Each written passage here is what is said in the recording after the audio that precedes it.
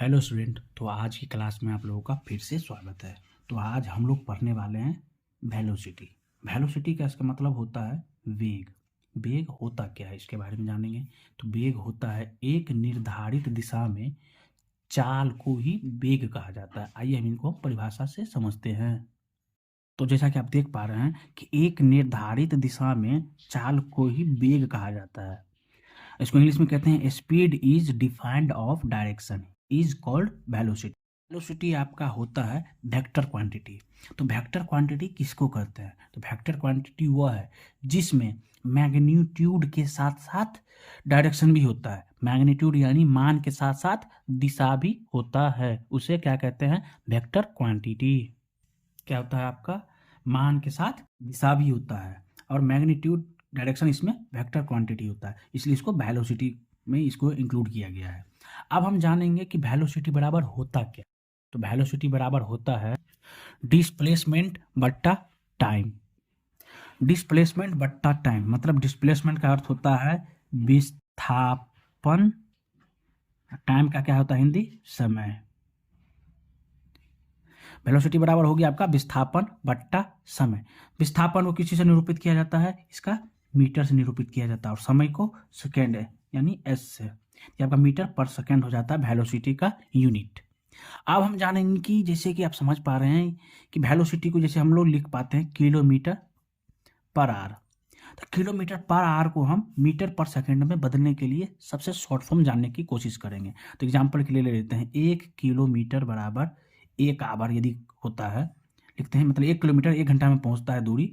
तो 1 किलोमीटर बराबर इसको मीटर में बदलने के लिए 1 किलोमीटर बराबर 1000 मीटर, और 1 घंटा बराबर इसको सेकेंड में बदलना है तो कितना हो जाएगा? 3600 सेकेंड।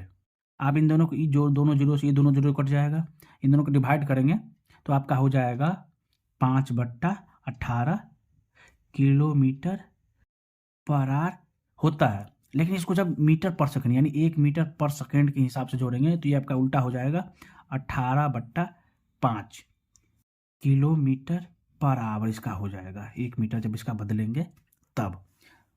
इसके बाद आता है आपका कि इनिशियल वेलोसिटी और फाइनल वेलोसिटी। इसको कहते क्या है या होता क्या है?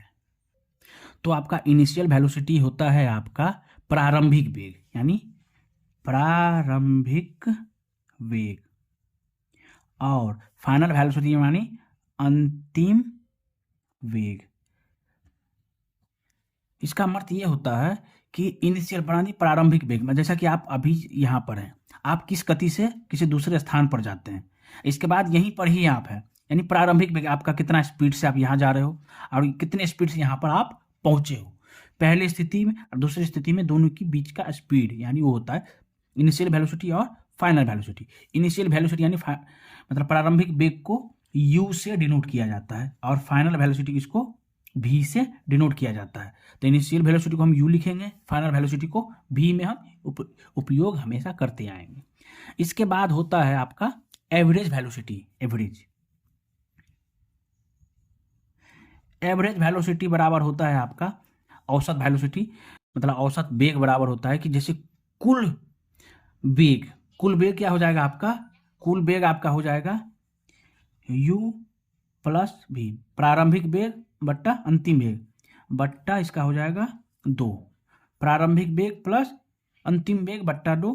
ये वेग मीटर में होता है, इसका समय सेकेंड में होता है, मीटर पर सेकेंड। ये आपका एवरेज वेलोसिटी हो जाएगा। तो जैसा कि मैंने अभी पढ़ाया था, वेलोसिटी बराबर क्या हो जाता है? डिस्प्लेसमेंट बट्टा टाइम यानी विस्थापन बट्टा समय। यदि हम डिस्प्लेसमेंट यानी विस्थापन निकालते हैं तो क्या हो जाएगा? तो विस्थापन बराबर हो जाएगा, ये जो टाइम डिवाइड में है यहाँ पे क्या इस साइड जाएगा तो क्या हो जाएगा? मल्टीपल में। तो डिस्प्लेसमेंट यानी विस्थापन बराबर हो जाएगा वेलोसिटी गुने समय। तो इसको हम आगे जानते हैं, इसको ग्राफ पे भी समझने की कोशिश करेंगे कि ये होता क्या है। तो जैसा कि आप देख पा रहे हैं विस्थापन बराबर क्या हो जा रहा है? वेग गुने समय, यानी वेग और समय का एक ग्राफ बनाते हैं। एक ग्राफ ये है, इसको हम क्या ले लेते हैं? वेलोसिटी यानी वेग। इस पर क्या ले लेते हैं? आपका समय यानी टाइम ले लेते हैं। मान के चलिए एक समान वेग से यदि हम चलना प्रारंभ करते हैं तो एक प्रारंभ से यहाँ ले लेते हैं, एक समान वेग से जाए जा रहे हैं, और समय ये आपका समय t1 और ये आपका t2 रहेगा। ये आपका वेलोसिटी है जो इस समय पर एक समान वेग से चल रहा है, जैसा कि आप देख पा रहे हैं। इसके बाद आता है आपका समझने की चीज़ कि होता क्या है, इसको हम कहते क्या है। ये आपका समय हो गया T1 और ये आपका समय T2। इसका उपयोग होता कहाँ है, इसको जानेंगे। जैसा कि देखिए वेलोसिटी आपका ये एक वेग समान वेग से और समान समय से, आपका समय भी बढ़ रहा है, तो ये आपका क्या हो गया, एक समान वेग हो जाता है। क्या होता है आपका, एक समान वेलोसिटी यानी एक समान वेग। तो जैसा कि देख पा रहे हैं कि ये आपको क्या दिख रहा है, एक आयत की तरह दिखता है। तो आयत का क्षेत्रफल बराबर क्या होता है, लंबाई गुने चौड़ाई। तो आपका लंबाई क्या हो जाता है, वेलोसिटी है और टाइम है, लंबाई गुने चौड़ाई यानी वेलोसिटी गुने समय। तो वेलोसिटी गुने समय क्या होगा, आपका हो रहा है, ये आपका विस्थापन हो रहा है। तो विस्थापन क्या हो जाता है, आपका एक एरिया हो जाता है। एरिया यानी आपका क्षेत्रफल। क्षेत्रफल बराबर क्या हो गया, आपका विस्थापन। क्षेत्रफल बराबर आपका क्या हो गया, विस्थापन। हम कह सकते हैं कि नहीं कह सकते हैं। जैसा कि आप देख पा रहे हैं एरिया बराबर क्या हो गया, आपका विस्थापन। क्यों कि आपका ये वेलोसिटी गुने समय, यानी इसका ये क्या निकल रहा है, एरिया निकल रहा है।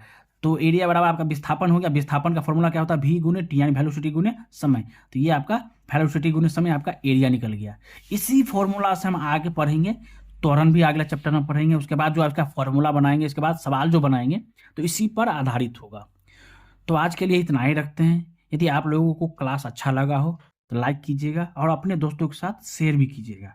तो आज के लिए बहुत बहुत धन्यवाद।